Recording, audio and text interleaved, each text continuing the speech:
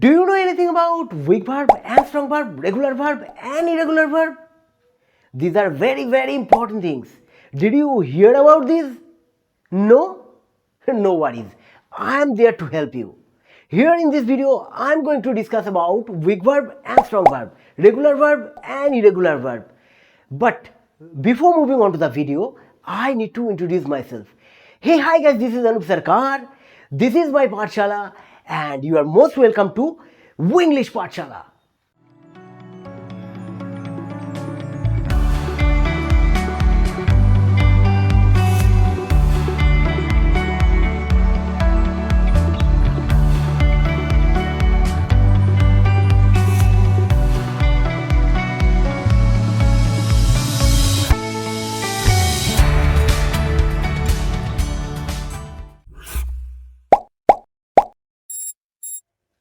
So as you can see, Pathshala is all set আর বোধ হয় আপনিও।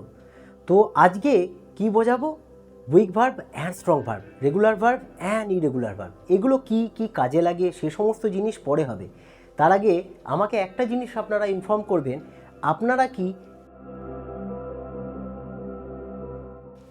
কনজুগেশন অফ ভার্বস এই জিনিসটার সম্পর্কে পরিচিত? যদি পরিচিত না হয়ে থাকেন তো একটা ছোট্ট করে আপনাদেরকে আমি জিনিস বলে দিই। Let suppose act, acted, acted, see, saw, scene.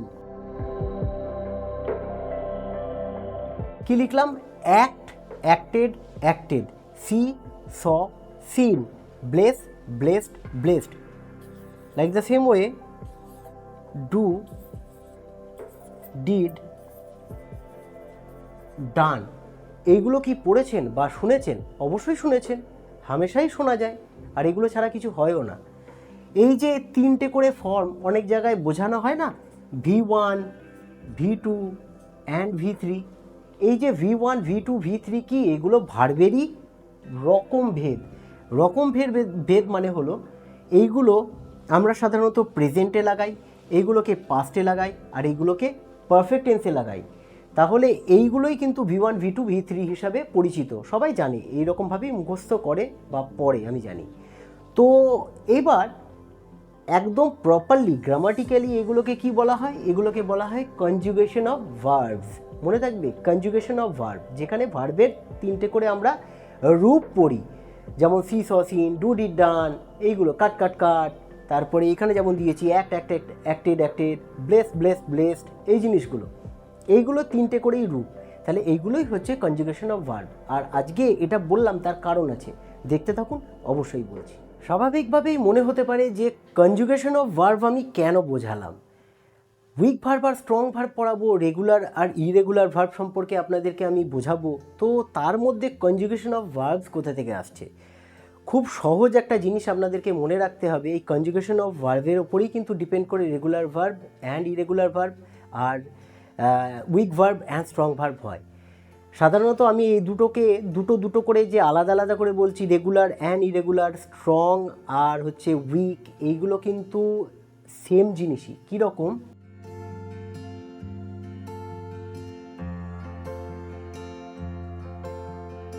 যাহাই উইক ভার্ব তাহাই রেগুলার ভার্ব, যাহাই স্ট্রং ভার্ব তাহাই ইরেগুলার ভার্ব। মনে থাকবে, উইক ভার্ব আর রেগুলার ভার্ব, স্ট্রং ভার্ব আর ইরেগুলার ভার্ব, এইগুলো কিন্তু একই জিনিস। তাহলে এই এতক্ষণ ধরে কেন week verb and strong verb, regular verb and irregular verb আলাদা আলাদা করে বলছিলাম? তার কারণ হচ্ছে আমাদের অনেকেরই কনফিউশন আছে, অনেকেই জানি না যে জিনিসগুলো একই। এক বলতে গেলে এই week verb and regular verb এক জিনিস, strong verb and irregular verb এটা কিন্তু একই জিনিস। So what is called an weak verb or irregular verb? So এবার ডেফিনিশনটা লেখাবো, what is called a strong verb or irregular verb.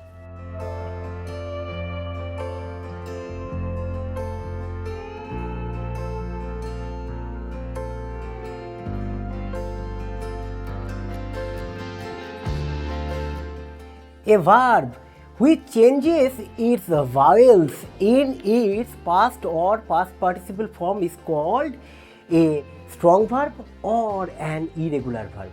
বোঝা যাবে কি বললাম?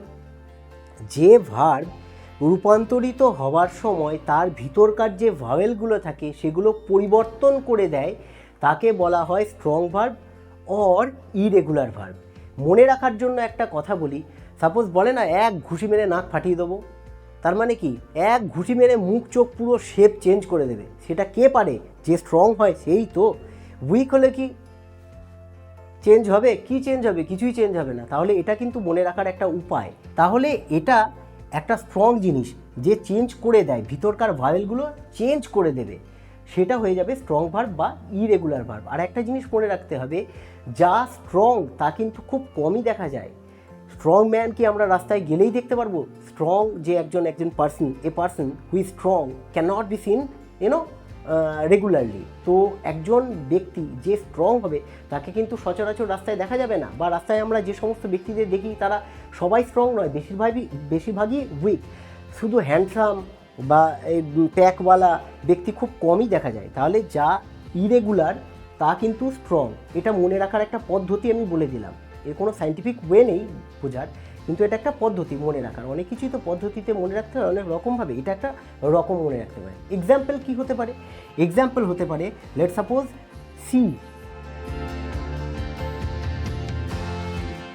C, saw, seen, do, did, done, go, went, gone. এটা সবাই জানে, না জানার কিচ্ছু নেই। তাহলে এখানকার এই যে ভাওয়েলগুলো দেখুন চেঞ্জ হয়ে গেল।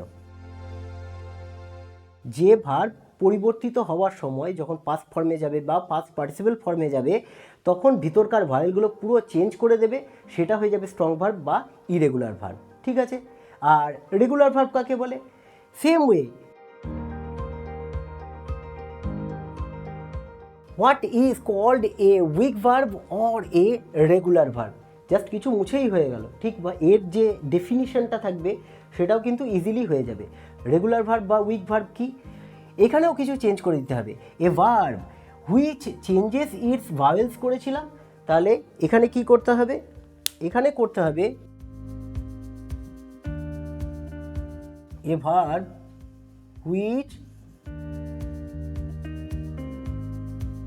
a verb which doesn't change much in its past or past participle form is called a weak verb or a regular verb.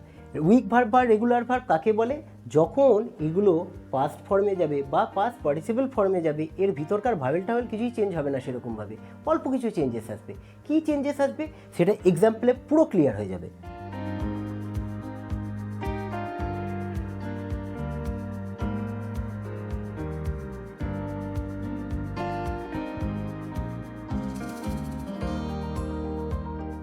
Add, added, added, ওই যে যোগ করা। অ্যাড মানে এন্ড, এন্ডেড, এন্ডেড, শেষ করা। ডিসকভার, ডিসকভার্ড, ডিসকভার্ড, আবিষ্কার করা বা খুঁজে পাওয়া। ওয়াচ, দেখা। ওয়াচড, ওয়াচড, এইগুলোতে কি হলো? ফর্ম চেঞ্জ হলো সেরকমভাবে।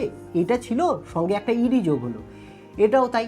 পাস্ট ফর্মটা, এটার যে পাস্ট ফর্ম এবং এই যে পিপি ফর্ম মানে পাস্ট পার্টিসিপল ফর্ম, আর লিখলাম না ওখানে, এইগুলোতে কি হচ্ছে? বাড়তি শুধু একটা ইডি যোগ হচ্ছে। Like the same way, end ছিল, ইডি যোগ হলো, ইডি যোগ হলো। ডিসকভার ছিল, ইডি যোগ হলো, ডিসকভার্ড, ইডি যোগ হলো। ওয়াচ ছিল, ইডি যোগ হলো, ওয়াচড, ওয়াচড। তাহলে জাস্ট একটা করে ইডি যোগ হচ্ছে। তাহলে এইগুলো কি? এগুলো হলো রেগুলার ভার্ব বা উইক ভার্ব। ওই যে দুর্বল ব্যক্তি, পথে ঘাটে বেরোলে সবই তো দুর্বল, আপনার আমার মতো দুর্বল। মানে আপনি স্ট্রং হতে পারেন, আমি খুব দুর্বল। তাই এরকম ব্যক্তি কিন্তু সচরাচরই দেখা যায়, প্রায়শই দেখা যায় এবং খুবই কমন। তাহলে এই ভার্বটা কিন্তু কমন, ইডি যোগ করে, বা এই যে ইডি যোগ করার বিষয়টা, এটা খুবই কমন। আর এরকমই দেখা যায় সাধারণত ভার্বগুলো বেশিরভাগ এই ইডি যোগ করেই হয়। তার জন্য এটা কিন্তু রেগুলার ভার্ব বা উইক ভার্ব। বোঝা গেল? এখানে তো কোনো কনফিউশন থাকার কোনো কথা নয়, ঠিক আছে? আর কনজুগেশন অফ ভার্ব নিয়ে যদি কোনো রকমের কোনো ক্লাস চান তো আমাকে কমেন্ট সেকশনে অবশ্যই জানাবেন, আমি তা নিয়েও একটা ক্লাস, অবশ্যই ডেডিকেটেড একটা ক্লাস নিয়ে আসবো। সো আজকের ভিডিওটা এই পর্যন্তই। এর আগে বহুবার regular verb, irregular verb, strong verb, weak verb এ নিয়ে অনেক কিছু শুনেছেন। আশা করি আজকের ভিডিওটা, এই ভিডিওটা দেখার পরে আর কোনো ডাউট নেই। যদি থেকে থাকে অবশ্যই কমেন্ট সেকশন খোলা আছে আপনাদেরই জন্য, ভয়ভ্রান্তির কিছু নেই, অবশ্যই কমেন্ট করুন। আপনাদের প্রত্যেকটা ডাউট ক্লিয়ার করা কিন্তু আমার রেসপন্সিবিলিটি, আর ডাউট যদি রয়েই যায় তাহলে ক্লাসের কোনো মূল্য থাকে না। যাই হোক, ভিডিওটা যদি ইউজফুল মনে হয়, যদি মনে হয় যে আপনাদের লার্নিংয়ে কাজে লাগবে, তো একটা ছোট্ট লাইক দিয়ে দিন, কেন ওই আপনার এই ছোট্ট লাইকটাই আমার একটা বিগ মোটিভেশনের কাজ করবে।